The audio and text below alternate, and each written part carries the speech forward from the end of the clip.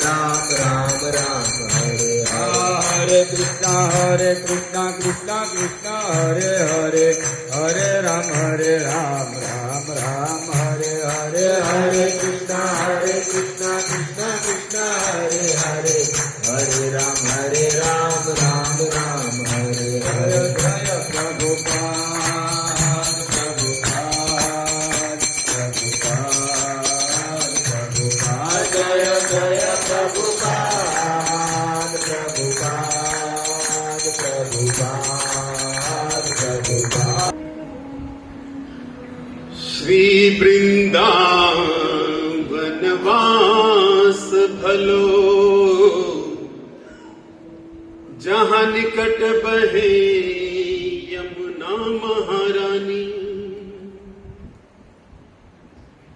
जो जन नाम के ध्यान करे,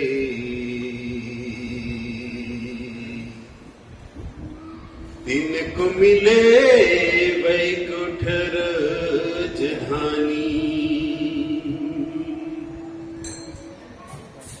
वेद पुराण बखान करे, अरु संत मुनि और ज्ञानी ध्यानी। यमुना यमदूत तारत है,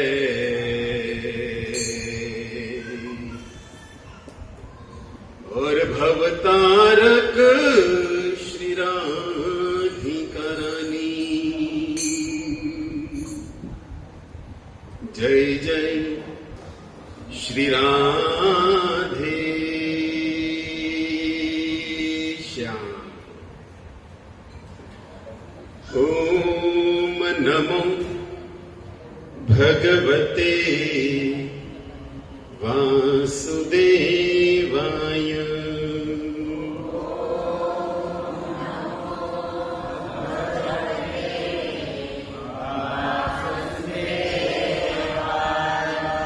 ओम नमो भगवते वासुदेवाय।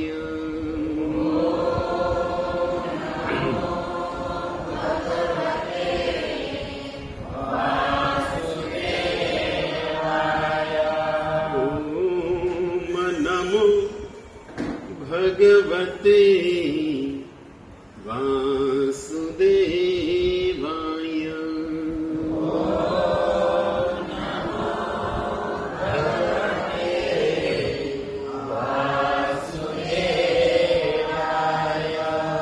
नारायणं नरं नमस्कृत्यं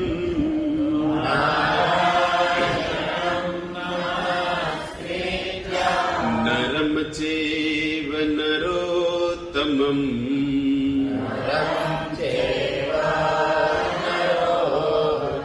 देवीं सरस्वती व्यासं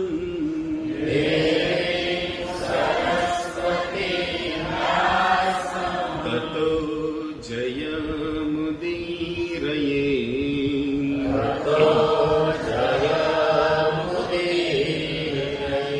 नष्टप्रायेषु भद्रेषु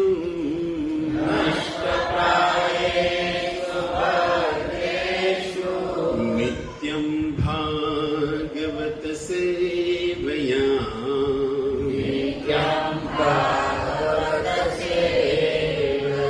भगवती उत्तमा श्लोके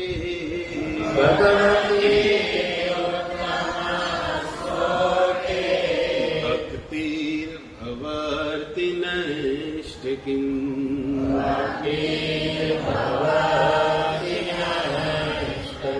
श्री गुरुवे गौरचन्द्राय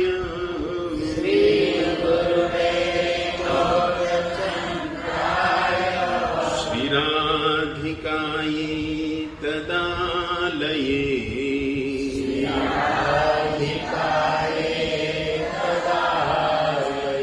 कृष्णाय कृष्ण भक्ताय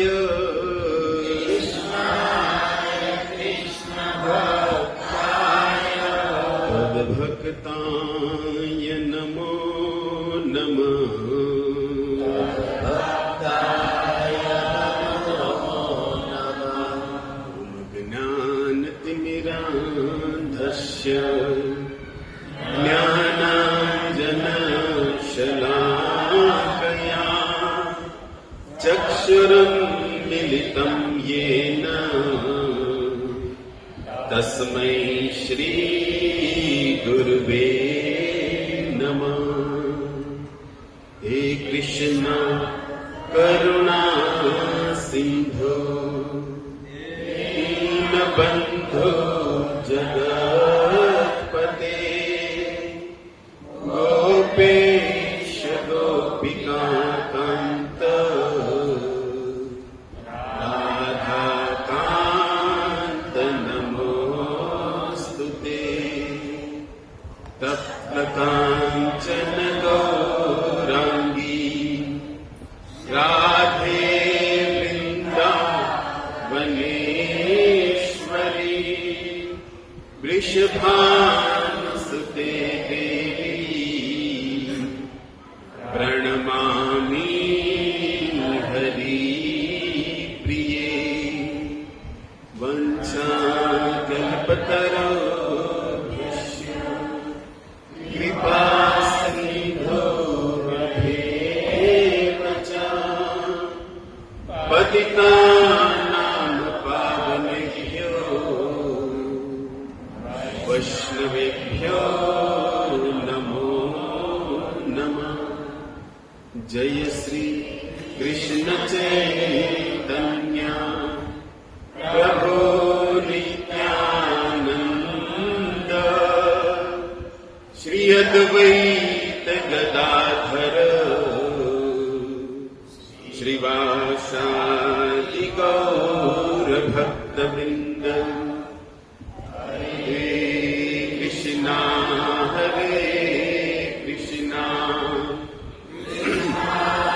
कृष्णा हरे हरे हरे राम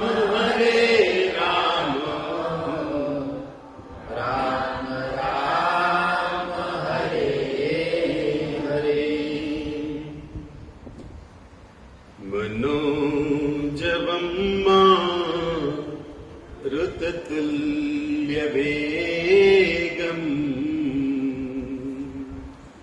जितेन्द्रियं बुद्धिमतावरिष्ठम्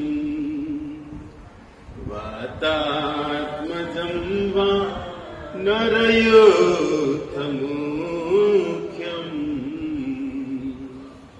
श्रीरामदूतं शरणं प्रपद्ये। श्रीरामदूतं शरणं प्रपद्ये।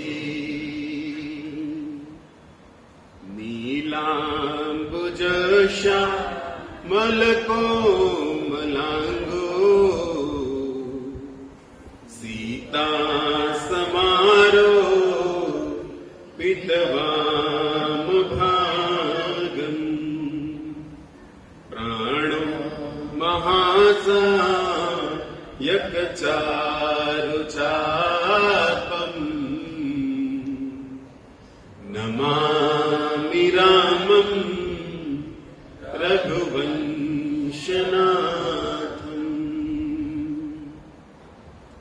आनन्दलीला मय विग्रहाय हेमाङ्गदिव्य सचिसुन्दराय तस्मै महाप्रेमरसप्रदाय चैतन्यचन्द्राय नमो नमस्ते। चैतन्यचन्द्राय नमो नमस्ते। जय जय राधा रमण जय जय नवल किशोर जय गोपी चित चोर प्रभु जय जय माखन चोर हरे कृष्णा कृष्णा कृष्णा हरे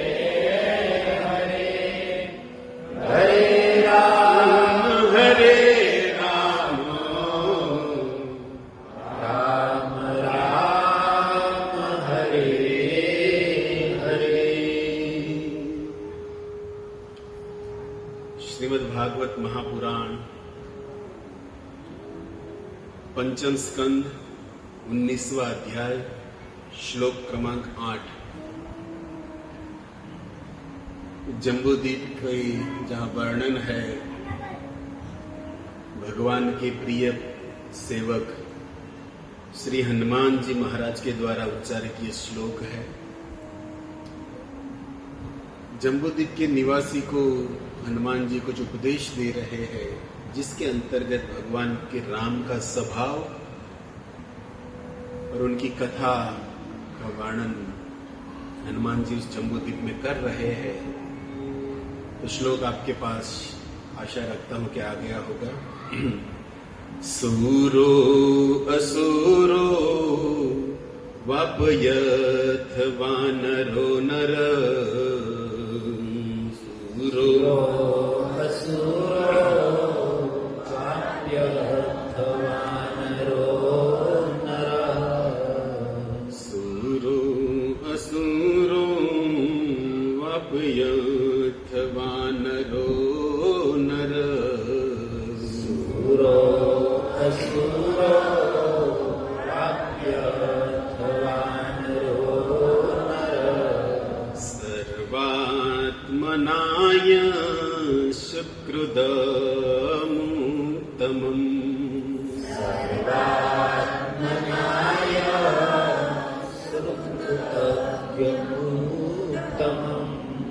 भजेत रामम् मनुजाकृतिं हरिं भजेत रामं मनुजाकृतिं हरिं य उत्तरानन् यत् कौशलानि दवमिति य उत्तरानन् यत् कौशलानि दवमिति सूरो असुरो वापयथ वानरो नर सूरो असुरो वापयथ वानरो नर सर्वात्मनाय सुकृतदमुत्तमम् सर्वात्मनाय सुकृतदमुत्तमम् भजेत रामं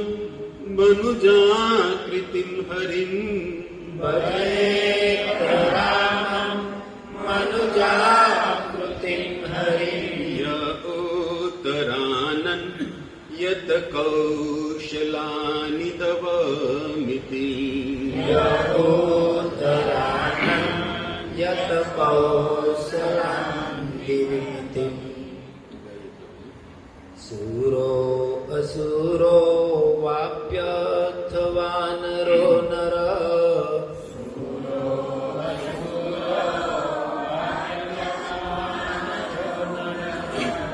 सर्वात्मनाय सुकृतमुत्तमम् सर्वात्मनाय सुकृतमुत्तमम्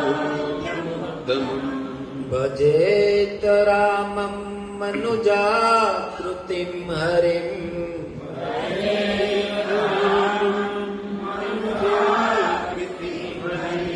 य उत्तरानन् यत् कौशलान् दिवमिति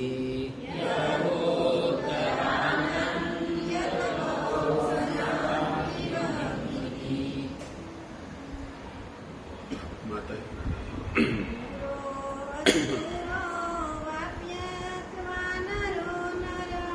सूरो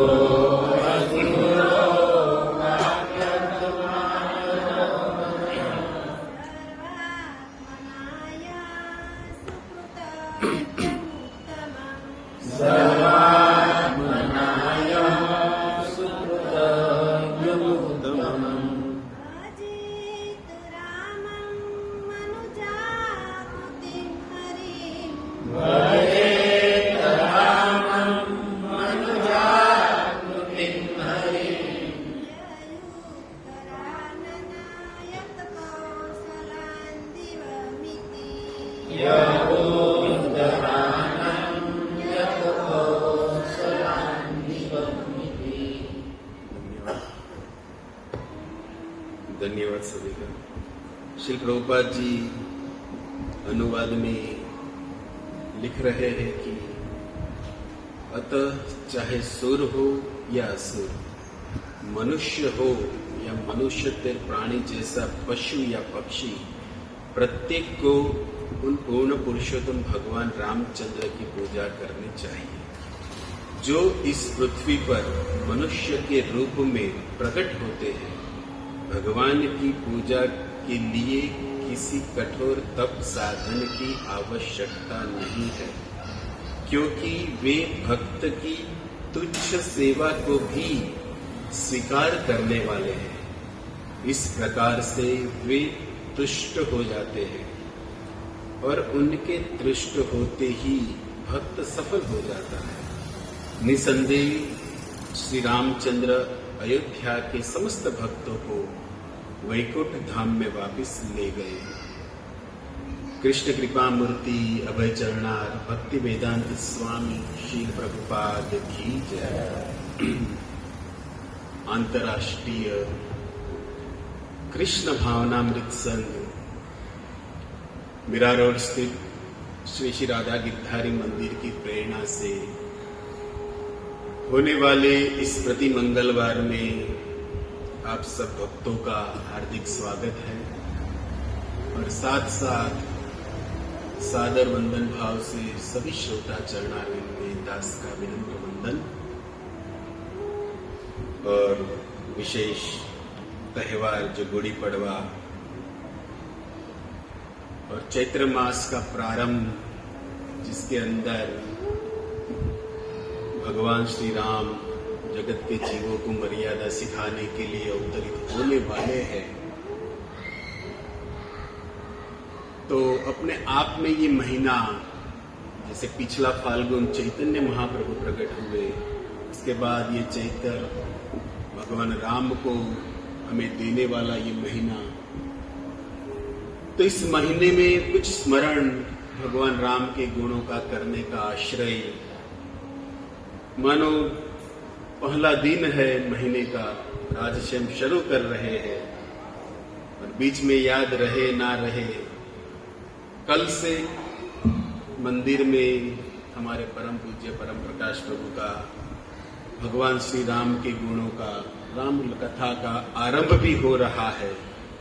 तो राम कथा क्या है, राम कथा क्या महिमा है, कुछ को हम आज सुनते हैं। वैसे तो 9 दिन का राम कथा का प्रसंग होता है, पारायण भागवत 7 दिन, रामायण 9, तो 7 दिन वो करेंगे, 8वां आज पकड़ लो, कल काउंसलिंग किया तो 9 दिन भक्तों के लिए हो गए। तो हम सबका परम सौभाग्य है कि श्री प्रभुपाद जी की पावन शुद्ध परंपरा में अनंत वैष्णव की कृपा से हमें ये घर बैठे बिना कोई प्रयास किए भगवान श्री राम कृष्ण की कथा सरलता से प्राप्त हो रही है। और इस कलयुग के अंदर भगवान की कथा की बहुत बड़ी महिमा है। भगवान की कथा इस कलिकाल के अंदर जीवों के सभी मनोरथ को पूर्ण करने वाली है। हम हमारे हृदय के अंदर कई प्रकार की कामना लेकर चलते हैं, लेकिन वो कामना जो है जीवात्मा को बंधन में डालने वाली है और उस बंधन से मुक्त कराकर भगवत धाम के अधिकारी बनाने वाला कोई यदि इस जगत के अंदर कोई साधन है तो कली के अंदर है राम कथा या कृष्ण कथा। ये कथा इस भूतल पर एक औषधि है, एक अमृतमय नदी के समान है, जिसका पान कर कर व्यक्ति इस जन्म मृत्यु के चक्कर से निकलकर भगवत धाम को प्राप्त कर सकता है। ये कथा है भगवान राम की। और देखो, भगवान की कथा या कृष्ण की कथा या सत्संग जीवात्मा को उनका वास्तविक स्वरूप प्रदान करता है। हमारे हृदय के अंदर अनेक जन्मों से मलिनता छाई हुई है, हृदय साफ नहीं है, गंदगी से भरा हुआ है। और ऐसे भगवान की कथा जो कानों से हृदय के अंदर जाएंगी, तब हृदय की जो मलिनता है वो अपने आप साफ हो जाएगी। और हृदय की मलिनता जब साफ हो जाएगी तब व्यक्ति अपने स्वरूप में स्थित होकर भगवान को समझ पाएगा। और हमारा स्वरूप जो है, जीवे रे स्वरूप होय नित्य कृष्णदास, कविराज जी के शब्द चैतन्य महाप्रभु बोले ही इस बात को।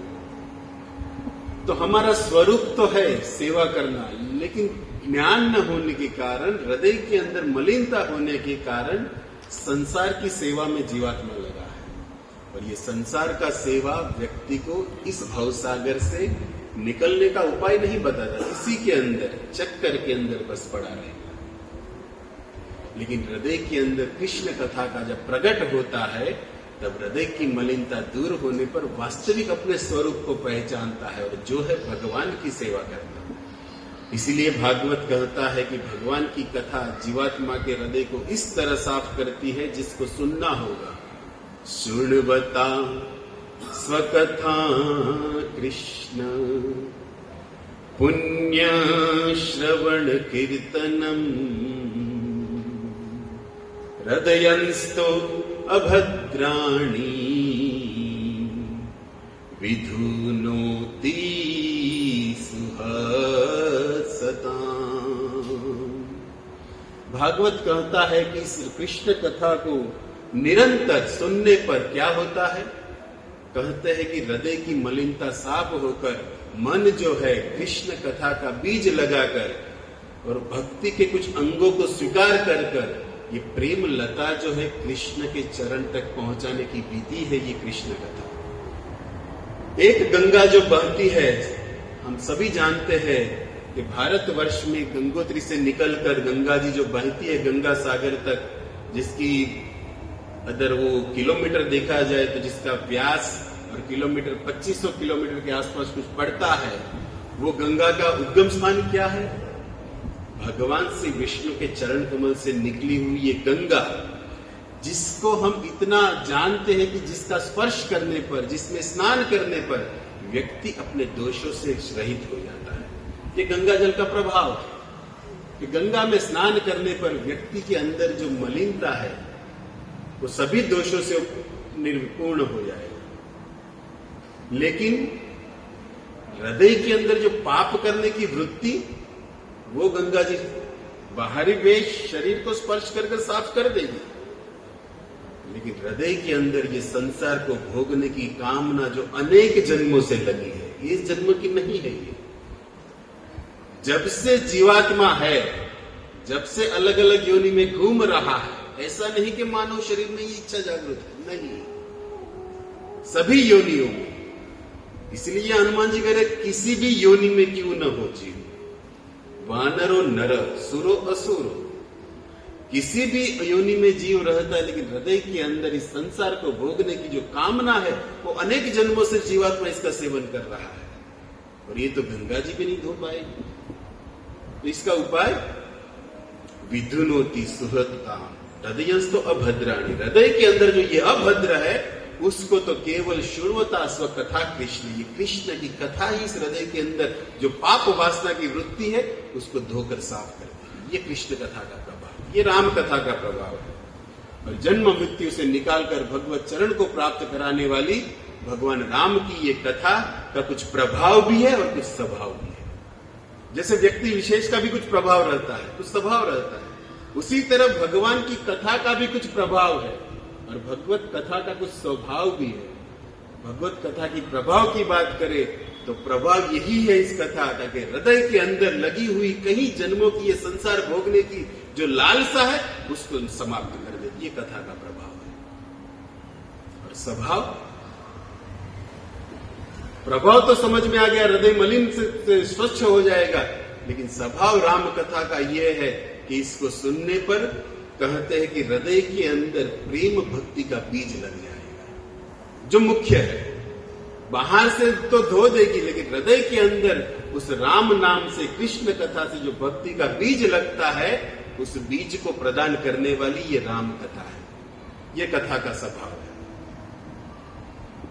तो ऐसे भगवान राम की कथा जो अनंत है, राम के गुण अनंत है, वैसे मर्यादा सरकार भगवान श्री राम कुछ ही दिनों में, आज से लेकर यदि 9वां दिन पकड़ा जाए, नवमी तिथि मधु मास पुनीता,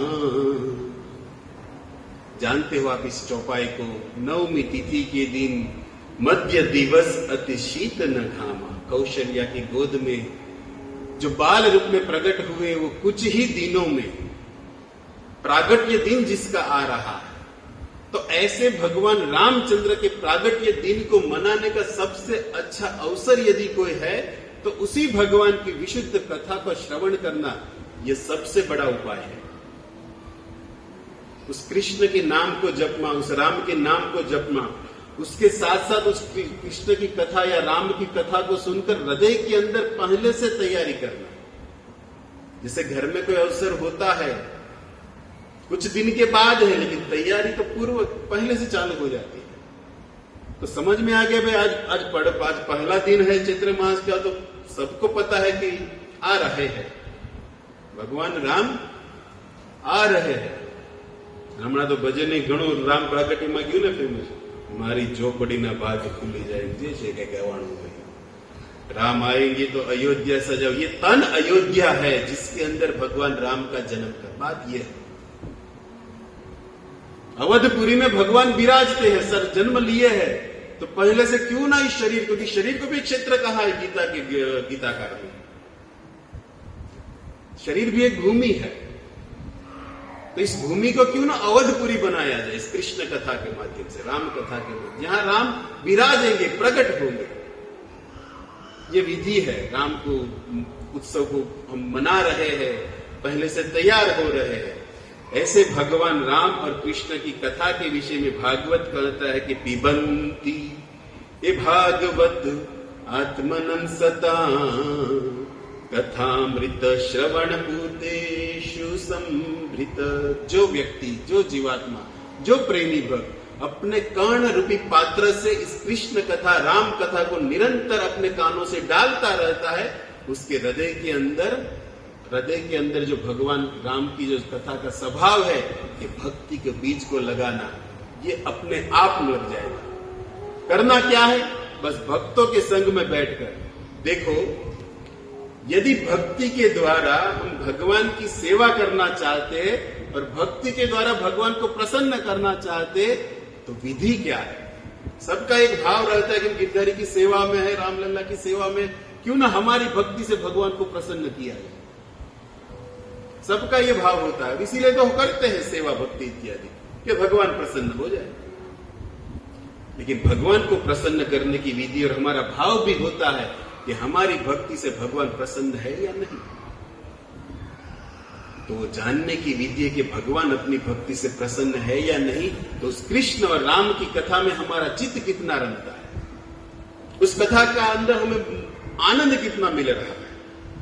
हम कथा में बैठते या कथा हमारे में बैठती है, ये फल है, ये हम माप सकते हैं। और भगवान उसी बात को एकादश स्कंद में उद्धव के सामने भी कह दिए, नारद को भी कहे, ना हम वसामि वैकुंठ, कहां मिलता हूं मैं, मत भक्ता गायन्ति यत्, मेरे भक्त जहां पर मेरी कथा की चर्चा करते हैं, है उद्धव, है नारद, मैं वहां पर रहता हूं। तो ऐसे भगवान इस भूमि पर प्रकट होने वाले हैं। और संसार के अंदर आप इतिहास खोल के देख लो भक्तों, जिसने इस भवसागर को पार किया है, उसकी विधि है कृष्ण कथा। कृष्ण कथा के श्रवण करके ही कोई भी क्यों नो इस भवसागर के चक्कर से बाहर निकलकर निज धाम भगवान के चरण कमल को प्राप्त किया है। ये कथा श्रवण की महिमा है। और इसी बात को हमारे गोस्वामी तुलसीदास ने गाया भी है, शकल सुमंगलदायक रघुनायक गुणगान, सादर सुनहिते तरही भव सिंधु बिना जल जान। गोस्वामी गोस्वामी जी के शब्द है कि इस भव सागर के जो बाहर निकलना चाहता है तो उसे एक ही आश्रय लेना पड़ेगा। जैसे डूबते हुए व्यक्ति को कोई नाव मिल जाए तो आसानी से सागर को पार कर लेता है, उसी तरह जीवात्मा अपने कर्मों के कारण जन्म मृत्यु के संसार के अंदर इस भव सागर में डूब रहा है। यदि उसको चाहता है इस भव सागर से बाहर निकलना है तो आश्रय एक ही है, रघुनायक गुणगान। भगवान श्री राम की कथा को सुना जाए और उस भगवान राम की कथा का आश्रय लेकर सागर तरही ते बिना जल जाना, कोई वाहन या क्या कहते हैं, कोई होड़ी इत्यादि की जरूरत नहीं है, क्योंकि भगवान के चरण कमल ही नौका है डूबते हुए व्यक्ति के लिए। इसी बात को महारानी कुंती ने भी कहा, इसी बात को सत्यव्रत राजा ने जब मत्स्य अवतार भगवान मत्स्य प्रकट तो उनके सामने भी इसी बात को रखा है कि डूबते व्यक्ति के लिए हे भगवान आपके चरण कमल ही व्यक्ति का सहारा है। उसी बात को यहाँ पर गोस्वामी जी कह रहे हैं। और ऐसी राम कथा की इतनी महिमा है कि जिसको सुनने पर अनंत जन्मों की जो ये व्यथा है ना हमारी, वो मिट जाएगी।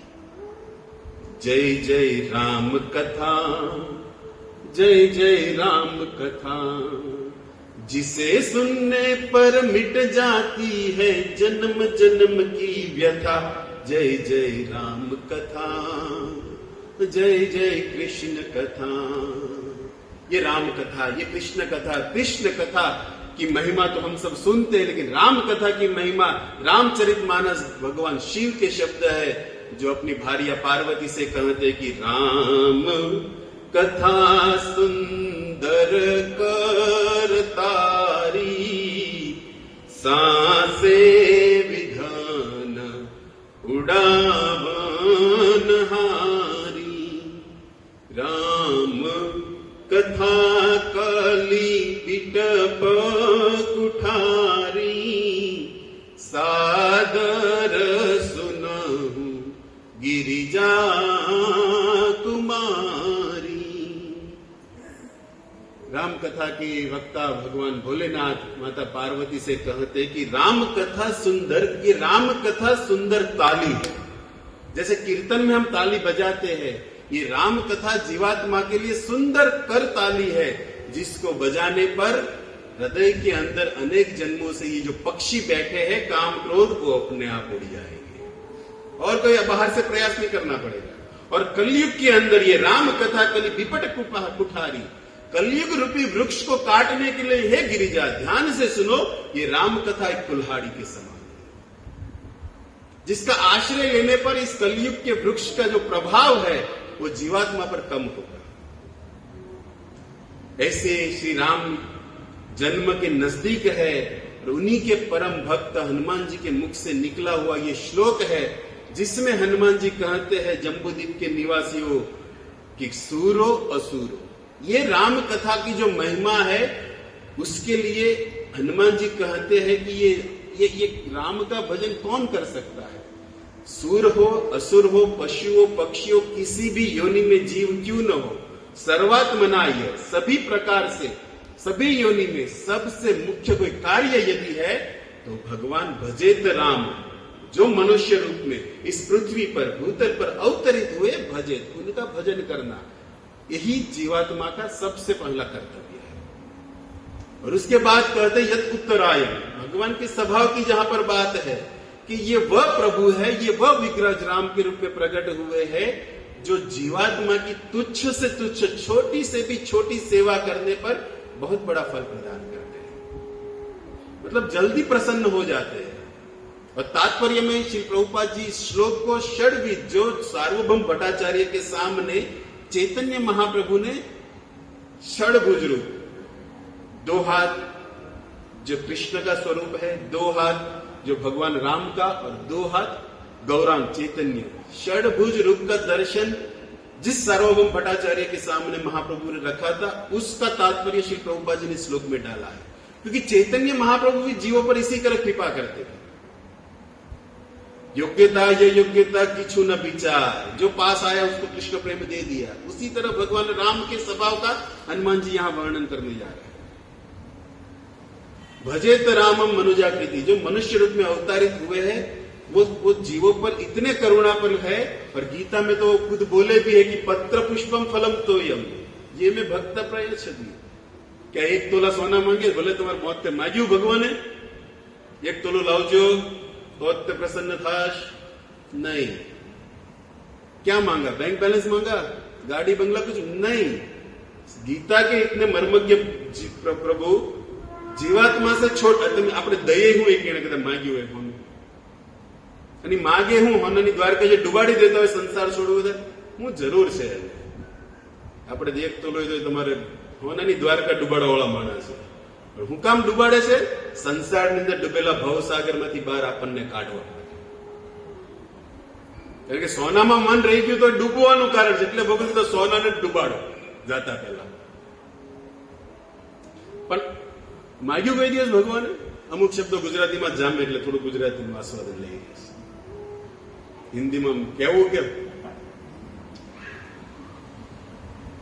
नहीं मांगा, क्या मांगे? पत्र दे दो, पुष्प दे दो, अर्जुन फल दे दो, और ये कुछ भी ना हो तो पानी तो है ना, जल तो दे दो। यहां तक दरिद्रता की बात है। लेकिन ये सब मांगते हुए डिमांड रखे भक्ति से अर्जुन देना चाहिए। कोई पत्र भी दे, पुष्प भी दे, फल भी, लेकिन मन के अंदर यदि भक्ति का भाव नहीं है तो स्वीकार नहीं है। भाव के अनुसार प्रभु सब विधि स्वीकार करते हैं। बाकी तो दुर्योधन ने पड़ी हो रही थी, नौता गया। भाव है तो विदुर का भाजी में भी 56 प्रकार का जो आस्वादन लेते हैं, ये भगवान है। कहने की बात है कि भगवान पुत्र मांगे, भाई पुष्प, ये जो भी मांगे हैं जीवात्मा जो दे सकता है, लेकिन उनके साथ विशेष मांग की है भक्ति से अर्जुन मुझे देना चाहिए। और ज्वलंत उदाहरण, भगवान तुच्छ से तुच्छ सेवा से प्रसन्न होते। जो भी यहां हनुमान जी के शब्द है, भजेत राम यत उत्तरा कौशलाना, छोटी से सेवा प्रसन्न करने वाले ये भगवान राम के स्वभाव को देखो। अरण्य कांड में चले जाओ, माता शबरी जहां पर क्या दिया शबरी ने? आज कोई अतिथि भी आता है तो भी कोई झूठा तो देगा ही नहीं, लेकिन तो भगवान को झूठा खिला रही है, लेकिन फिर भी प्रसन्न है भगवान। कर्माबाई ने क्या खिलाया जगन्नाथपुरी में जगन्नाथ जी को? जिस दातुन से वो अपना मुख साफ करती थी उसी दातन से खिचड़ी को हिलाती। वो को ना तो बीजो तवे तो नाक नहीं, उसी दातुन से हिलाती, उसी दातुन को वापस मुख में डालती है। लेकिन फिर भी दोनों भाई सुबह में जगन्नाथपुरी में दर्शन देने से पहले कर्माबाई के यहाँ आज भी खिचड़ी खाने के लिए बैठते हैं। इसीलिए तो प्रथा चली कि जगन्नाथ जी को सबसे पहले दर्शन बाद में देके खिचड़ी का भोग लगता है। प्रेम के कारण तुच्छ से भी तुच्छ सेवा स्वीकार करते हैं। सुदामा के पास क्या था? दरिद्रता से भरा, लेकिन उनकी चावल में रिझ गई, चावल से प्रसन्न हो गए। और थोड़ा हमारा नजदीक आ जाओ, विठलनाथ जी के चरणों में विठलनाथ बैठे हैं, पंढरपुर थोड़ा ही है, यहां पर है। संत चोखा मेला के केला से प्रसन्न होने वाले ये ठाकुर। सुने हो ना संत चोखा मेला की कथा? इतनी डिमांड की कि उनको लेकर आओ मंदिर के अंदर और किसी को प्रवेश नहीं मिलेगा, केवल चोखा मेला को ही प्रवेश दूंगा। अरे भगवान, हम कई सालों से आपकी सेवा, भले तुम मेरी सेवा करते हो, लेकिन प्रवेश केवल चोखा मेला को मिलेगा। और उस चोखा मेला को बोलना कि जो केला उसने मुझे ये, मैं जब बाल रूप में उसके सामने था, खिलाया था, उसी केला को लेकर मंदिर में प्रवेश करे। इस कथा को विस्तार से किया था पंढरपुर धाम के अंदर संत चोखा मेला के चरित्र को।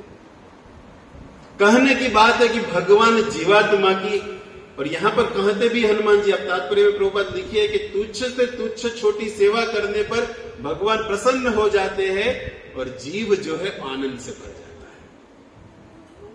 व्यक्ति के अंदर जैसे किसी को देने के बाद हम स्वयं सुख का अनुभव करते हैं, उसी तरह भगवान को छोटे से भी छोटी सेवा करने पर व्यक्ति का हृदय जो है भक्ति से नाचता है। ये भगवत सेवा का फल है जो हनुमान जी दे।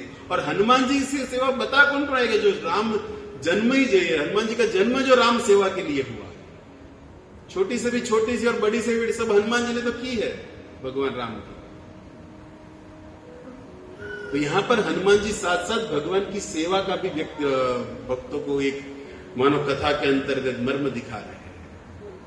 और इसी सेवा के कारण छोटी से भी छोटी सेवा करने पर साधक के लिए सबसे बड़ी कमाई मिल जाती है कि भगवान बंधन में आ जाते हैं। जिस विभू को कोई बांध नहीं सकता, ऐसे छोटी से छोटी भक्ति से की हुई सेवा भगवान को बंधन में डाल सकती है। जिसको बांधने के लिए माता यशोदा की रस्सी भी कम हो गई थी। क्यों कम हो गई थी? प्रयास किया माता ने बांधने के लिए, दामोदर लीला भी याद करो, लेकिन मां के अंदर अहंकार था कि अभी बांध लो कि मेरा पुत्र है। और जहां पर अहंकार है प्रभु, वहां पर बेआंगल तुम्हारी आकाश है। नहीं, अपनी माता का भी बंधन स्वीकार नहीं किया। और जो अपनी माता का बंधन स्वीकार नहीं किया, और वही भगवान उसी विठलनाथ के रूप में वहु वारो थईने वालो आवियार लो લીધું કઈ સખુબાઈનું રૂપ જો વહુવારું થઈને વાલો આવિયા લો। अपनी मां का जो ब्रज के अंदर बंधन स्वीकार नहीं करते, वही भगवान प्रेम के कारण सखु के यहां बंध भी गए। ये भगवान के बंधन है। अब ये बंधन की बात निकली ही है तो ऐसा नहीं है कि भगवान बंधन में आते, भगवान बांधना भी जानते हैं। माता यशोदा से तो फिर भी बंध गए। अहंकार जब परिश्रम देखा कि माता ठक गई है और परिश्रम उसका सब खमा समाप्त हो गया, तब भगवान मात्सल्य रस से जो हृदय भरा है प्रेम के कारण भगवान बंध गए थे। और वही भगवान बांधे क्यों गए थे गोकुल के अंदर माता यशोदा के द्वारा? वही सरकार चोरों जो उलाहना लेकर गोपियां आती थी, उसी के कारण तो बंधन में आए थे ये प्रभु, बांधा गया था। उसी तरह एक दिन वृंदा, देखो कहां भी हो ब्रज में तो जाना ही है, भले राम कथा अंतर्गत बैठे हो, क्योंकि बंधन की बात निकली है। वृंदावन के अंदर एक दिन नई नई गोपियां विवाहित कर आई सखी मंडल के अंदर। सभी सखियों ने कहा कि देख सखी, तू ब्रज के अंदर अन्य गांव से गोकुल के अंदर ब्याह कराए, लेकिन गोकुल के अंदर चोरों का एक सरदार रहता है जिसकी जानकारी तुम्हें होनी चाहिए। और देखो वो इतना चंचल है, उसकी बात में ना आना, उसके हाथों में तो अलग बात है, विश्वास भी मत करना। वो सखी कहते कि हाँ मैंने सुना तो है, हमारे गांव में बातों तो नहीं खाती कि ब्रजमा एक प्रसिद्धम नवनीत चोरम, ब्रज के अंदर प्रसिद्ध चोर तो रहता है, सुना है हमने हमारे गांव में। श्री राधिकाय हृदय चोरम, उस चोरों की बात यहां पर निकली है जो बंधन खोलना भी जानते और बांधना भी जानते हैं। सखी उसकी बात में मत आना, जो भी हो अपना काम करो, निकल जाओ, सामने मिल जाए तो टेढ़ा रास्ता कहां से भी निकल जाओ। उनके आंखों से आंखें मिल गई तब तो तुम उसी की बनकर रह जाओगे। देखो ये तो हम सब तो यहाँ बड़ी हुई है, हमने खबर से हमारे गाम ना केवा તમે આવ્યા એટલે કેવું પડે ભૂલા ડેલે બહુ નો છો। एड्रेस दे रहे नंद बाबा के आंगन में, थोड़ा कम देखा करो क्योंकि वहां पर सावले सरकार इधर उधर घूमते रहते हैं, कभी कुछ पहनते कभी नहीं भी पहनते, बाल अवस्था में भी वो है। अच्छा ठीक है, नहीं आओगी ठीक है, लेकिन सुना है कि ब्रज के अंदर वो चोरी करता है। तो हुआ ये कि भगवान ब्रज के अंदर जब चोरी करने निकले माखन, तब सबसे पहला कार्य ये जो नहीं बिहाए थे उसी के घर महाराज जी डाका डाल दिया। अब गए डाका तो डाले, लेकिन ये जो नई विवाहित आई थी उसने पकड़ लिया और पकड़ने पर भाग गए और माता यशोदा से जाकर उल्हाना करती कि तुम्हारी ये तैयार करके तुम बेचती हो, वो धंधा देना जो वो करे तुम्हारे ऑफिसे जाए પણ કરે શું ધંધા જોવા જ અહીંથી તમારે શોર્ટ બોર્ડ ઇન્ચર મોબાઈલ એપલ નાખી જાય પણ ન્યા ગામને નડે છે કે કઈ बैंक बैलेंस बता। तो तुम इसको नजर न लागे मारा श्याम सुंदर ने टपका करी બધું કરી तुम મોકલે તો છો માતા याने પણ આ બહાર નીકળીને ધંધા તો ક્યારેક જોવે ને। ये कई घर એવું નથી જાણે ભાંગતોડ नौकरी हो। और मैं तो अभी अभी विवाहित करके आई हूं, लोग मुझे बोले भी थे, लेकिन अब तो मेरे ही घर हो गया। હું ખાલી કહેવા આવી છું, ઉલ્હાના નથી। પણ માતા भी माता ही કેમ પોતાના છોકરા પર सबूत के साथ आना। ठीक है भैया, कभी मौका मिला सबूत के साथ आऊंगी। दूसरा तीसरा दिन हुआ, भगवान वापिस गए, और वापिस जब गए तब भगवान को उसने बांध दिया। तेरी मां बोलती थी कि सबूत के साथ, तो आज तू बांधती है और उसको लेकर आती है। अब उस गोपी ने रस्सी से वहां पर बांधा, लेकिन गांठ मारना भूल गई, और गांठ मारे बिना रस्सी तो लगाकर चली गई। और जैसे माता यशोदा के आंगन में माता को बुलाने गई, ये विभू गांठ तो लगी नहीं थी, छोड़कर भाग गई। वो यशोदा का हाथ पकड़ आते कि चलो मैं तुम्हें दिखाती हूं, खंबे से बांधा है तुम्हारे बेटे को। तुम कहती थी ना सबूत के साथ, न्याजन जो है तो रस्सी पड़ी, महाराज तो तुम्हारा नहीं है। देखो इस तरह मेरे पुत्र को बदनाम न करो, आगे जाके उसकी शादी करनी है, कौन करेगा इसके साथ शादी? इस तरह उसको बदनाम न किया करो सखी। ठीक है जो भी, लेकिन पक्का बांधा तो था, लेकिन है नहीं, अब तो क्या करें? मुहूर्त बात केम करिए, जान जा काढ़वी केम, क्या से हाजर नहीं, तो तुम्हारी बाल रूप में खेल रहे, निकल गए।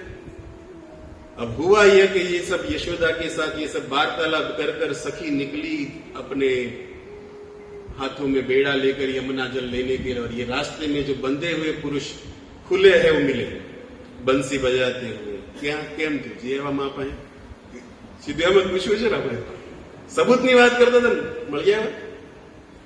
देखो ब्रज के अंदर बिहेव करके आई हूं, अपनी शान में रहो, अपनी यान में रहो। ये ब्रज सरकार हमारी चलती है यहां पर। लेकिन कन्हैया जो भी बात हो, मैंने तुझे तूने बांधा था पक्का, लेकिन तू छूटी केवी रीते जो हितो के? तब ये कहते कि तमार गाम में आम ज बांधे, गांठिયું मारता नहीं आवड़तुं, खाली रस्सी વીંટવાનું બાંધવાના લે। શું તમારા મમ્મીએ તમને બાંધતા શીખવાડ્યું નથી? देखो ये छोटा सा बच्चा, मौसी चाची पहले बंधन सीख के आओ, किसी को बांधना है तो किस तरह बांधा जाता है। तुमने रस्सी तो लगा दी लेकिन गांठ नहीं बांधी थी। अब ये सखी का भी देखो क्या मूड हो गया, कन्हैया तू मुझे बांधना सिखाएगा किस तरह बांधा जाता है। ये लीला बंधन से चालू हुई, सकुबाई के बंधन से। प्लेटफॉर्म की गाड़ी तो खबर होगी जी तुमने। कन्हैया तू मुझे बांधना कब सिखाएगा? अरे आज ही सिखा दो, चलो यहां पर नहीं तुम्हारे घर पर जाके सिखाऊंगा। छोटे से सांवले सरकार बोल रहे कि चलो तुम्हारे ही घर के अंदर, क्योंकि रस्सी तो वहां पर ही पड़ी है, तुम्हारी रस्सी से ही बांधना सिखाऊंगा। और जैसे ही वो सखी कन्हैया था हाथ पकड़कर उस घर के अंदर गई, बोलो किस तरह बांधना है। भगवान ने उसी रस्सी को लिया और जैसे खंबे के पीछे हाथ लगाकर उसी तरह उस सखी का हाथ बांध दिया। अपनी भाषा में कई गाठो के गुजराती में छूटे नहीं है, कई घोड़ा बड़ा जे कई आती एक छोटी मुश्किल हो कहवा भगवान तो ये सबके बंधन को जो बांधने गांठियों न जाने तुम्हारे कितनी बांधी हुई। जीवात्मा को जो अपनी डोर से कर्म बंधन से बांधने वाले विभु उस सखी को बांधने जा रहे, खबर नहीं है केम बांधू। ये रीतनी बांधी बोली कि हाँ बंध गई तो हजी टूकू। भगवान ने बीजी एक रस्सी लावी और आखा शरीर थी राखी बांधी। प्रेमनी प्रीतમાં મોહન બાંધી રહ્યો છે, ભાવી છે। જોયા ન તારલાને જોયા ન રાતડી, મારા તે ચિતડાનો ચોર એવો મારો શામળિયો। એના શબ્દો છે। तो भगवान बांध रहे हैं और बांध के बंधे गोपी बंध गई। हाँ बंध गई, ट्राई करो तो कैम करिए, गांठ छूटती नहीं। ऐसा बंधन कन्हैया तुझे डाला है तो सीख गई। हाँ इस तरह मुझे दूसरी बार जब बांधोगी तब मैं कहीं नहीं जा पाऊंगा और सबूत भी मिलेगा। ठीक है मैं सीख गई बांधना। कन्हैया खोलो तो खरा, ये क्या अपने बात थे बांधवानु पूछू खोलवानु पूछू હવે બંધી ગઈ। લ્યો ये कन्हैया। डील क्या हुई थी यमुना के तट पर? तूने कहा था कि बांधना सिखाओ, तूने ये तो नहीं कहा था कि खोलना भी होता है। अब किससे खुलवाओगी? तुम्हारे पति देव जब शाम को है तो खुलवा लेना। मैं तो गया खिड़की से, विभू बाहर भाग गए और पति देव शाम होते होते आए, दरवाजा खटखट कोई खोल नहीं रहा है। अंदर की आवाज बारी ये आओ, पर बारी बेर दरवाजा वहां तब आओ खरा न्याजन जो तो हाल किसने बांधा है ये બધું પછી પેલા દરવાજો ખોલી લીધી પતિ દેવને બારીમાં અંદર લીધા। કેકડો મરાવે આજની માતાઓ તમારે। पति देव को भी वहां से एंटर करवाया, खोली थी। कौन है बांधू? वही नंद का छोरा आया था, बंधन लगा बोला था ना ब्रज के अंदर आया, उससे पल्ला ही मत पड़ो, भले माखन चोरी करके चला जाए, जाने दो। यशोदा के पास गई ही क्यों तुम? तब ये हुआ ना। लेकिन देखो बाहर से लगता है कि भगवान ने जो गांठ बांधी है, लेकिन उस गोपी के हृदय के अंदर भगवान प्रेम से बंध गए। ये बंधन स्वीकार करते हैं भगवान ब्रज के अंदर। ऐसे भगवान को यदि बांधना है तो एक ही बात है, और किसने बांधा है? हमारा प्रख्यात भजन नंदना लाला ने मोररी वाला ने भक्तो ये प्रेमे थी बांधी लीधा नंदलाला। અમારું નો માનો સુદામાને પૂછ્યા બીજા કોને પૂછવા જશો? અમારું માનો તો તમે ગોપીઓને પૂછ્યા રાસ રમતા કેવા બાંધી લીધા નંદલાલ। અરે ધન્ય છે મીરા જેને વિષમાં તે કૃષ્ણને બાંધી લીધા। પ્રેમમાં તો બધા બાંધે, પણ વિષમાં જે કનૈયાને બાંધી ધન્ય છે મીરા। અને સૌથી વધારે મારું ન માનો તો તમે જનાબાઈને પૂછજો, એ છાણામાં કેવા બાંધી લીધા નંદલાલાને। ये बंधन है जो प्रभु प्रेम से स्वीकार करते हैं। અને અંતમાં એ નરસૈયાએ કરતાલમાં બાંધી લીધેલા श्याम सुंदर, जावा नहीं दीदा। इसी तरह ये कथा जो है भगवान राम और कृष्ण को हृदय में बंधन कराने की विधि है। जो प्रभु किसी के वश में नहीं, किसी के बंधन में नहीं, वह विभु, वह भगवान अपनी कथा से जीवात्मा के हृदय में नित्य बीज बंधे रहते और रह भी जाते। पर ऐसा अवतार भगवान का इस जगत के अंदर इसीलिए हुआ है भगवान राम का, क्योंकि आज का मानव समाज अपना कर्तव्य और अपना धर्म छोड़ ही चुका है। क्योंकि हम जिसको मानते हैं उसको हम धर्म समझ रहे हैं, उसी के अंतर्गत हमारा कर्तव्य चल रहा है। लेकिन ये तो सही राह नहीं है। धर्म तो साक्षात भगवान ने जो गीता में कहा है, भगवान जो भागवत में किए हैं, भक्तों ने जिस तरह जीवन अप्लाई किया वो धर्म है। लेकिन हृदय के अंदर हम अपनी ही मनमानी चलाकर उसको धर्म का नाम देते हैं, ये सबसे बड़ा आडंबर है जगत के अंदर। और जिसके कारण, ऐसे धर्म के कारण व्यक्ति हृदय के अंदर दुखों से घिरा रहता है, ऐसे दुखों के बंधन से मुक्त कराने के लिए भगवान राम मर्यादा सरकार का अवतार। भगवान राम के अवतार के कई कारण है। कारण मारे कहवा ने तुम 2-3 दिवस में कुलदीप प्रभु विरार गया तो यूट्यूब में से सांभी लेते भगवान राम ना जन्म ना कारण। पर हनुमान जी इसी जम्बूद्वीप के निवासी को कहते हैं कि सभी लोग जीवात इस जगत के अंदर भगवान राम के जन्म के कई कारण बताते हैं, जिसमें मुख्य है रावण का वध करना। लेकिन हनुमान जी कहते हैं कि मर्त्यावतारस्तिव मर्त्या शिक्षणम रक्षो वधो एवं न केवलम विभु। जो भगवान, रावण का भी ऐसा था कि मनुष्य शरीर, मनुष्य के सिवा किसी से मर नहीं सकता, अतः भगवान ने राम मनुष्य रूप में आए। लेकिन इसके साथ साथ भगवान अपने आचरण से जगत के जीवों को जो धर्म से हीन है उसको कुछ शिक्षा प्रदान करने के लिए भी आए। जैसे एक पुत्र का क्या धर्म होता है, पिता जब संकट में होता है तब पुत्र की क्या परिस्थिति होनी चाहिए, पुत्र को सबसे पहले क्या करना चाहिए। क्या देखा जाता है आज के समाज में ये मर्यादा? सब अपने धर्म से हीन है। विदेश की संस्कृति 18 साल हुआ फैमिली अलग, जिसको फैमिली जिसने दिया है, जो माता पिता ने तुम्हें फैमिली दी है उस फैमिली से अलग, ये विदेश संस्कृति। एक भाई का क्या कर्तव्य है, एक पत्नी का क्या कर्तव्य है, एक राजा का क्या कर्तव्य। भगवान राम जब राजा बने तब क्या कि पत्नी को छोड़ दिया, मतलब छोड़ दिया प्रजा संतुष्ट के लिए। सभी अपने आचरण से जगत को शिक्षा देने के लिए ये विभु प्रकट हुए हैं। रावण का वध तो बाह्य रह गया। देखो, एक महात्मा संत कथा सुना रहे थे कि एक दिन उस महात्मा को एक व्यक्ति मिला जो भगवान राम के चरितमानस के अलग अलग चौपाई का गान कर रहा था। और उसकी चौपाई सुनकर ये महात्मा प्रसन्न हुए कि तुम्हें એટલી સારી રામાયણ વાંચી શકો છો, સાંભળો છો ગ્રહસ્થ થઈને। ઓલો પાછો ફોર્મમાં આવી ગયો, રામાયણ હું મારા 17 વાર હોવારો નીકળી ગયો। લે, થોડાક પ્રસન્ન કર્યા ન થાય કલયુગના માણસોને। અચ્છા, 17 વાર તમે હોવારા નીકળી ગયા, સારું કહેવાય। અને આ નહીં કે મહાત્મા જોઈને કીધું હાલો ઘરે પધારજો, ભાગવત તમારો એ છે તો ગામમાં પધરામણી કરજો ને, મમ્મી રહી છે ઘરે આવજો। और उस सज्जन व्यक्ति माना रामचरित मानस बोल रहा था। महात्मा भी बोले कि ठीक है, काल तमने आवशु लेवा तमे आवजो करे, अमे परगम ना खबर न होय। અને હવાર થઈ ભાગવત પૂરું થયું, અમારા રામાયણ 17 વાર હોવરા નીકળેલા પહોંચ્યા મહાત્મા પાસે। ચાલો ચાલો જઈએ। જાતા જાતા રસ્તામાં એક શું કે આપણે ગામમાં શેરી માર્ગ હશે અને એની પાછળ આનું ઘર હશે। તો કે કામ કરો મહાત્મા, તમે ખુલ્લા પગે છો, તડકાનો સમય છે, તમારે ફરીને ન આવો, તમે અહીંથી હોવાર આવ્યા જાઓ, હું પાછળના રસ્તેથી આવું છું. કેમ ભાઈ, એમ બે હારે ચાલે અહીંથી હું વાંધો, તારે હું કેમ પણ લાંબુ થઈને આવું તડકા, મને લાગે તને નહીં લાગે, હવે વચ્ચેથી ચાલ ને. કે ના ના ના, હું ફરીને આવું છું. કેમ?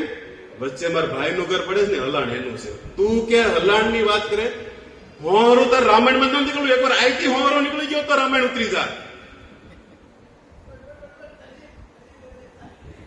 ભાઈઓના માર્ગો એને હલાણ બંધ થઈ ગયા, આપણે ન્યાથી નીકળતી કરતા ન્યાથી પેલા નીકળ, રામાયણની હોવારો પછી નીકળ. 17 વાર હું નીકળ્યો, રામાયણને સમજો નથી. એમ જગતની અંદર રામાયણ ઓછી નથી થઈ, આપણે ઓછી નથી સાંભળી, પણ સંબંધની અંદર પ્રેમ ક્યાં છે? એટલે જગતની અંદર રામાયણની કથાની જરૂર છે વારંવાર. સંબંધ છે પણ મૃત બની ગયા છે. હૃદયની અંદર જેવી રીતે મન અનેક જન્મોના પાપ ભોગવવાની વૃત્તિની જે મન પ્રાય જીવિત હોવા છતાં મૃત બની ગયું છે, એમ સંબંધની અંદર દેખો, એક છે કોન્ટેક્ટ ને એક છે કનેક્શન.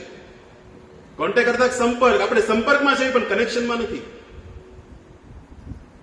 ભાઈઓની અરે સંપર્ક છે, કનેક્શન નથી. પિતારે કોન્ટેક્ટ છે.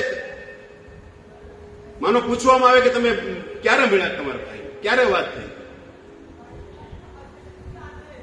પ્રેમથી ક્યારે બેઠા માતા પિતા, પ્રાય મનુષ્ય માથું નીચે જ ઉતરી જાય. કારણ કે રામાયણ નથી જીવનમાં, રામ રાજ્યની આસના લઈને બેઠો છે समाज. ये सब हृदय की जो अभद्राणी है उसको दूर करने के लिए जगत के अंदर सबसे बड़ी कोई औषधि तो ये राम कथा है, जिसका आज जगत के अंदर जरूरत है. और ऐसी राम कथा का प्रारंभ कल से हो रहा है. सबसे पहले जीवात्मा को अपने संबंध के अंदर, और ये सब संबंध जो आज वीन हो गए हैं, जिससे व्यक्ति गिर गया है, उसको सिखाने के लिए भगवान अवतार ले गए. और इसी राम कथा की महिमा कहते हुए कहते कि राम कथा शशि किरण समाना संत चकोर करही जे पाना. चंद्रमा के युग में क्यों दे रहे राम कथा को? राम कथा शशि किरण, शशि अर्थात चंद्रमा, चंद्रमा की किरण से ही वनस्पति के अंदर प्रेम, मिठास, रस उत्पन्न होता है. और संबंध के अंदर जो निरस हो गया है, एक दूसरे से अंदर दूषित भाव जो है, उस संबंध के अंदर रस की पूर्ति करने के लिए राम कथा शशि किरण समाना. क्योंकि चंद्रमा से ही वनस्पति में रस होता है. तो जीव जो निरस हो गया संबंध के अंदर, उस संबंध के अंदर रस की पूर्ति करने के लिए ये राम कथा की जरूरत है. और ऐसी राम कथा जगत के अंदर श्री प्रभुपाद जी की पावन परंपरा में कई वैष्णव संप्रदाय में मिल रही है. और इसको सुनने पर जीवात्मा हृदय के अंदर भगवान के प्रेम को समझते हुए, भगवान ने जो संबंध दिए हैं उसका आश्रय लेते हुए, क्योंकि संबंध वही है जो हमारे से जुड़े है, उसको भगवान के साथ जोड़ देना. हमें जो मिला है वो भगवान कृष्ण का धन, राम का नाम, वो हमारे संबंधी को देना है. ये राम कथा का फल है. और इस जगत के जीवों के लिए उपनिषद की रचना हुई, वेदों की रचना हुई, और सबसे बड़े 2 महान इतिहास की रचना हुई है. जगत के जीवों को इस भव बंधन से मुक्त कराने के लिए वेद व्यास जी ने कई शास्त्र लिखे, लेकिन सबसे बड़ा 2 इतिहास, एक है रामायण, दूसरा है महाभारत. विशेष 2 जो इसको इतिहास कहा गया है. और ऐसे रामायण के विषय में कहते हैं कि महाभारत हमारा विषय नहीं है. राम कथा अंतर्गत रामायण को इतिहास बताते हुए कहते हैं कि रामायण महाकाव्य सर्ववेदेषु संमित. नैमिषारण्य के अंदर सुत गोस्वामी ने प्रश्न किया है कि आप सभी को जानने वाले, इस जगत के अंदर जो भव बंधन में पड़ा है, उसको निकलने का सबसे पहला उपाय क्या है? तब इस श्लोक की बात हुई कि रामायण महाकाव्य सर्व वेदेषु संमित. इस जगत के अंदर बंधन में पड़े हुए, देखो हम शरीर में है, ये तो बंधन है, लेकिन हमें याद होना चाहिए कि भगवान जो बंधन खोलने वाले हैं, उससे विभु ने हमें भी कुछ बंधन दिया. और सबसे बड़ा बंधन माता पिता का ऋण, ये ऋण का बंधन की बात नहीं है. सबसे बड़ा बंधन अनेक योनि में लगाए हुए जन्म मृत्यु जरा व्याधि का बंधन, जिससे कोई बात बार नहीं. और ये रामायण महाकाव्य है जिसको सभी वेदों ने सम्मिलित किया है. और इस रामायण का पाठ करने पर, रामायण का प्रतिदिन सेवन सुनने पर कहते हैं कि ये राम कथा जीवात्मा के सभी बंधन को मुक्त करती है. जैसे गीता के अंदर अध्याय है, भागवत को उठा लो स्कंद मिलेंगे, उसी तरह रामचरितमानस या रामायण को उठा लो, उसके अंदर आपको कांड मिलेंगे।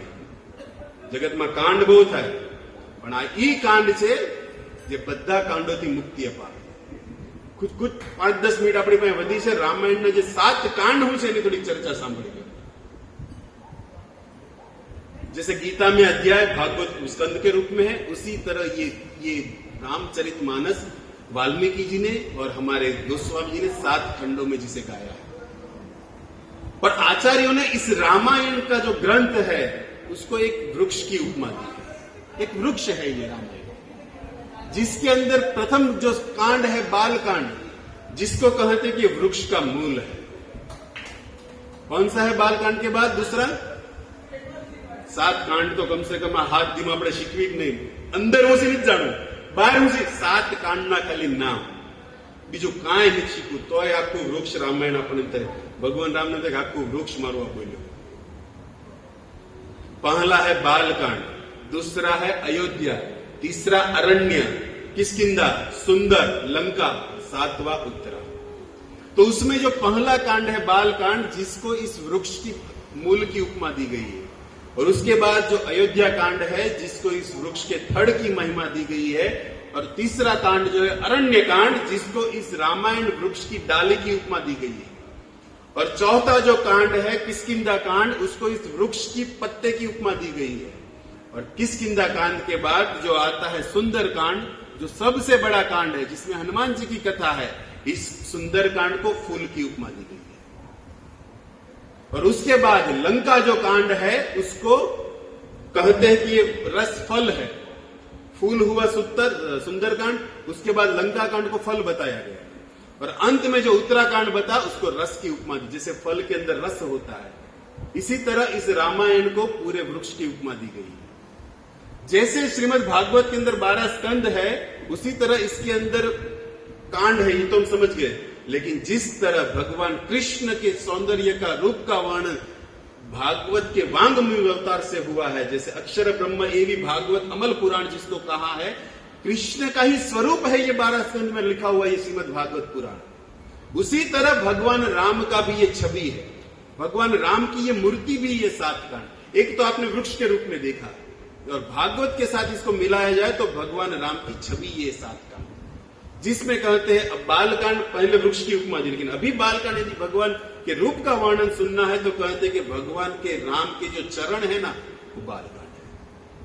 और अयोध्या कांड भगवान राम की जंगा बताई गई है, और अरण्य कांड अयोध्या, दूसरा अयोध्या जो जंगा बताई, तीसरा अरण्य जो भगवान श्री राम का उदर, किष्किंधा कांड को भगवान का हृदय बताया गया है, और सुंदर कांड भगवान श्री राम का कंठ है, और लंका कांड भगवान श्री राम का मुख है। अब देखो यहां पर थोड़ा अन्वेष आपको मिलेगा। पहले जब वृक्ष की उपमा की तब लंका कांड को फल बताया, और यहां पर भगवान राम की छवि का वर्णन कांडों के साथ मिला रहे हैं, तब लंका कांड को भगवान राम का मुख बताया। अब देखो जिस लंका कांड के अंदर केवल विनाश की बात है, युद्ध है, रावण वध की बात है, वहां पर कुछ युद्ध ही चल रहा है, ऐसे युद्ध को फल क्यों बताया वृक्ष ने, जब फल तो महान की बात है। और यहां पर भगवान छवि का वर्णन है तो उसको मुख क्यों बता रहे लंका कांड। अब इसका अन्वेषण किया जाएगा तो भगवान राम उस लंका कांड का मुख बता रहे हैं, अर्थात जहां पर रावण वध युद्ध की बात है, जहां पर केवल विनाश की बात है, तो जिसने भगवान के मुख कमल को देखा, उसको देखते हुए जिसने शरीर को त्यागा, यम यम व्यापी स्मरण भावन, उस फल को प्राप्त हो गए, जो वृक्ष का लंका कांड फल में ये है। और यही फल है कि भगवान का मुख दिखा जा रहा है लंका।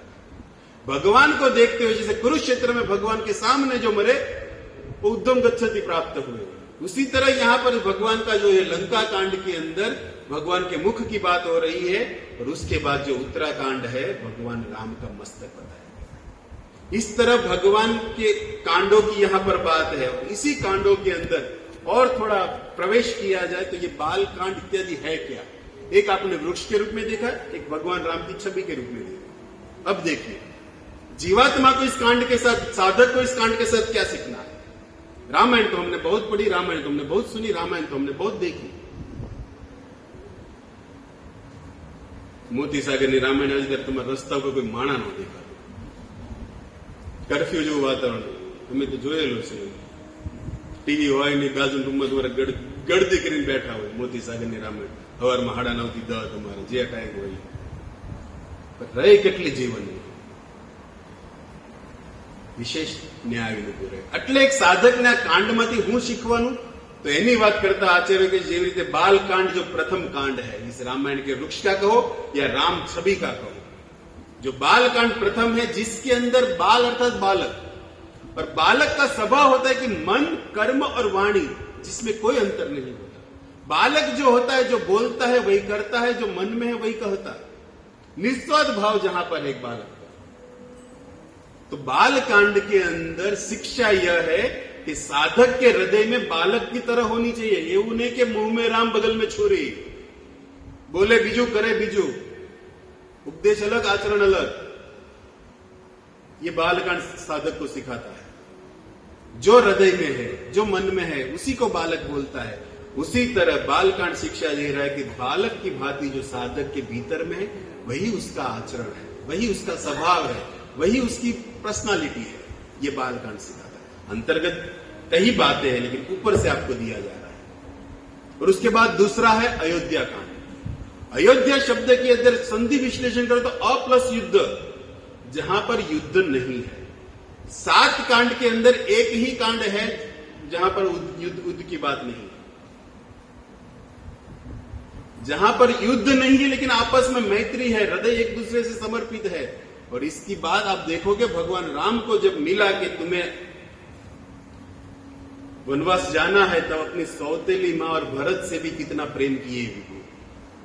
यह अयोध्या कांड है. युद्ध की बात नहीं, प्रेम देकर एक दूसरे से मैत्री रखते हुए जीवन को जीना, यह अयोध्या कांड की शिक्षा है. और उसके बाद अरण्य कांड तीसरा. अब अरण्य कांड क्या है? हम सब गृहस्थ है और गृहस्थ के लिए घर एक भोग है.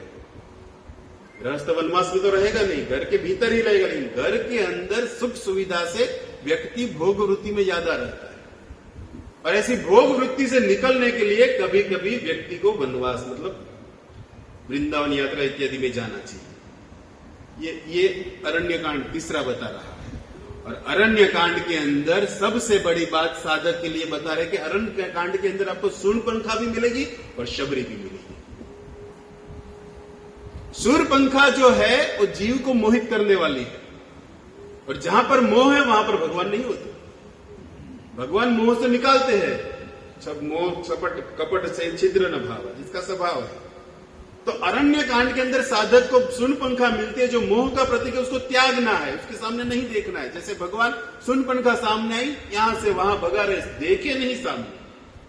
और उसी अरण्य कांड के अंदर शबरी भी है जो भक्ति का प्रतीक है. जब मोह रूपी शूर्पणखा तेरा जीवन से त्याग होगा तब शब्र रूपी भक्ति का जीवन के अंदर प्रारंभ होगा. यह अरण्य कांड सिखा रहा है जीवात्मा एक साधक को. और उसके बाद जो कांड है अरण्य कांड के बाद चौथा नंबर का कांड जो है किष्किंधा कांड. और किष्किंधा कांड के अंदर कहते जीव और परमात्मा का मिलन है. हम साधक है, हमारा लक्ष्य है परमात्मा, जिसको प्राप्त करना, जिससे बिछड़े उसको पाना. जीवात्मा परमात्मा का मिलन किष्किंधा कांड सिखा रहा है, जहां पर सुग्रीव भी है और भगवान राम भी है. सुग्रीव जीव है, प्रभु विभु परमात्मा है, लेकिन उन दोनों को मिलाने की काम हनुमान जी गुरु के द्वारा. किष्किंधा कांड सिखा रहा है कि जीवात्मा को परमात्मा तक पहुंचने तो विधि है गुरु आश्रय, गुरु के शरण में जाना होगा. हनुमान जी के द्वारा ही तो जीवात्मा मिला ना भाई सुग्रीव को. और उसके बाद वाला जो सुंदर कांड, जो सबसे बड़ा, जो भगवान राम का जो कंठ है, तो सुंदर कांड के विषय में कहते हैं कि जहां पर जैसे भागवत दशम स्कंद की जितनी उपमा है उतनी ही उपमा 7 कांड के अंदर ये सुंदर कांड की है. क्योंकि ये सुंदर कांड हनुमान जी के चरित्र से भरा हुआ है, जिसमें हनुमान जी की सेवा है, हनुमान जी ने भगवान के लिए क्या किया है, ये साधक को सिखाने की बात है. और अंत में इसका फल देते हुए कहते कि हनुमान जी का जीवन श्री राम सेवा के लिए है. और जहां पर शबरी रूपी भक्ति का प्रवेश होगा वो साधक सबसे पहले भक्ति में उन्नति करने के लिए हनुमान जी के माध्यम से भगवान राम की सेवा करना सीखेगा. ये उन्हें के तुम्हारे प्रसाद में आगळ ने सेवा में वाहे नहीं, राम काज करी बेको आतो सुंदर कांड. સાધક કો શિક્ષા દેતા કે સેવા છે તો આગળ, જેવી રીતે બાપા સીતારામ સેવા સંસ્થા હંમેશા સેવામાં આગળ, હનુમાનજીના આદર્શ પર ચાલવા વાળી સંસ્થા. ધન્ય છે. આ કિષ્કિંધા કાંડ શીખવાડે. અને 6 નંબરનું લંકા કાંડ, જ્યાં વિનાશની વાત છે, જેમાં રાવણનો વધ છે. तो देखो रावण का वध हो गया, लेकिन आज भी रावण जिंदा है. मन के अंदर वही काम, वही लोभ, वही वृत्ति, वही ईर्ष्या. तो जहां पर सेवा भक्ति तो आ गई, हनुमान जी के द्वारा सेवा भी हो रहे, और सेवा भक्ति का जब मिलन होगा तब वहां पर जैसे समुद्र को पार कर कर भगवान राम लंका में प्रवेश किए, लंका कांड जहां चालू हुआ, उसी तरह जीवन में जब गुरु आएंगे, भक्ति आएंगी, सेवा आएंगी, तब भगवान आएंगे. जैसे लंका कांड में भगवान प्रवेश किए समुद्र क्षेत्र को, उसी तरह हमारे जीवन साधक के हृदय में भी भगवान आएंगे. और भगवान जब आएंगे तब सबसे पहले उन्होंने जैसे रावण का वध किया, तो इस हृदय के अंदर जो रावण बैठा है काम क्रोध, उसका वध होगा. ये लंका कांड सिखा रहा है साधक को. और 7वां नंबर का कांड जो उत्तराकांड है, जिसके लिए कहते हैं कि जिसने अपनी किशोर अवस्था में, यौवन अवस्था में अपने हृदय में बैठे रावण को मार दिया है, उसकी वृद्ध अवस्था सुखी रहेगी. ये लंका कांड सिखा रहा है. तो ये तो ऊपर ऊपर से आपको मैंने व्याख्या की समय अंतर्गत, बाकी ये तो डूबने पर ही पता आनंद का विषय है. बाकी राम कथा हम सबके लिए नई नहीं है, राम जन्म हमारे लिए नया नहीं है. हम सबका एक प्रयास होना चाहिए कि ऐसे हनुमान जी के चरित्र से भगवान राम के जो ये बंधन के स्वीकार करते हैं, बंधन खोलते हैं, ऐसी कथाओं से हमारे हृदय में भगवान की इस बीज को लगाकर भगवान राम को प्रागट्य कराना. और पहली बात जो मैंने की थी, उस बात को अंत में कहता हूं कि इस शरीर को अवध बनाना, अयोध्या बनाना, इस शरीर को मथुरा बनाना है, वृंदावन बनाना है, जहां पर भगवान. अब देखो हृदय के अंदर तो रहते ही ये भी, सीधा वृंदावन में नित्य रहते. उसी तरह गीता में बोले कि तिष्ठति अर्जुन नित्य 9 હોય તમારી 5 જણા ઉપડી મૂકી આવશે, એ 6 ત્યારે તો હાલે છે શરીર. तो वो हृदय में तो बैठे हैं, लेकिन उसको चाहिए क्या? तो कथा कहती है कि उनको कृष्ण कथा का ही आनंद मिलता है. जैसे माता यशोदा, ये रोहिणी सुना रही थी, द्वारका लीला याद करो, जगन्नाथ विभु जब प्रकट हुए, अपनी ही कथा से जो रस में डूबे, वही चैतन्य अपनी ही कथा से अष्टविकार रूप में आए थे. और उसी तरह इस हृदय में बैठे हुए परमात्मा को यदि प्रसन्न करना है, तो साधक को पहले अपने शरीर को धाम बनाना पड़ेगा, और निरंतर कानों से इस कृष्ण कथा, राम कथा को डालना होगा. अब इस हृदय के अंदर जैसे फूल एकदम खिला हुआ रहता है, उसी तरह ये कृष्ण हृदय के अंदर खुले रहेंगे. और वह जब नाचते रहेंगे हृदय के अंदर, तब संसार की कामना हृदय के अंदर कहां आएगी? तो ऐसी राम कथा जगत के अंदर कई बार हो रही है, लेकिन वास्तविक राम कथा का प्रेम, राम कथा का जो लाभ है, वो यही है कि जीव जो है परमात्मा को प्राप्त कर कर उनके चरण कमल का सेवा करे, जो हनुमान जी के कहने का भाव है. तो धन्यवाद पुनः एक बार आप सभी का हृदय से हार्दिक अभिनंदन के.